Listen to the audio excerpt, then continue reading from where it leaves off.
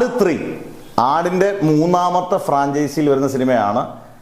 ഗംഭീര initial collection പറഞ്ഞാൽ അതിഗംഭീര ഇനീഷ്യലാണ്. Jayasurya ചിത്രത്തിനൊക്കെ സ്വപ്നതുല്യ, ജയസൂര്യക്കൊക്കെ പ്രതീക്ഷിക്കുന്നതിനപ്പുറം collection കിട്ടിയ ഒരു സിനിമയാണ് ആട് 3 എന്ന് പറഞ്ഞ സിനിമ. കാരണം ജയസൂര്യ മാത്രമല്ല, അതിനകത്തെ ക്യാരക്ടേഴ്സ് എല്ലാം അതിഗംഭീരമായതുകൊണ്ട് എൻ്റെ കളക്ഷൻ ഗംഭീരമായിരുന്നു.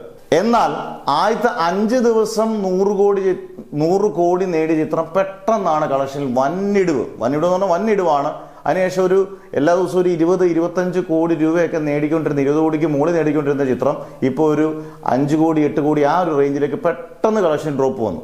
എന്താണ് കാരണം എന്ന് അറിയത്തില്ല. ഇപ്പം പലരും പറയുന്നത് മിക്സഡ് ഒപ്പീനിയനാണ്. പക്ഷേ എല്ലാവരും ഇരുന്ന് കാണുമ്പോൾ നല്ല അടിപൊളിയായിട്ടാണ് എല്ലാവരും ഇരുന്ന് കാണുന്നത്. പക്ഷേ പലർക്കും മിക്സഡ് ഒപ്പീനിയൻ ഉണ്ട്.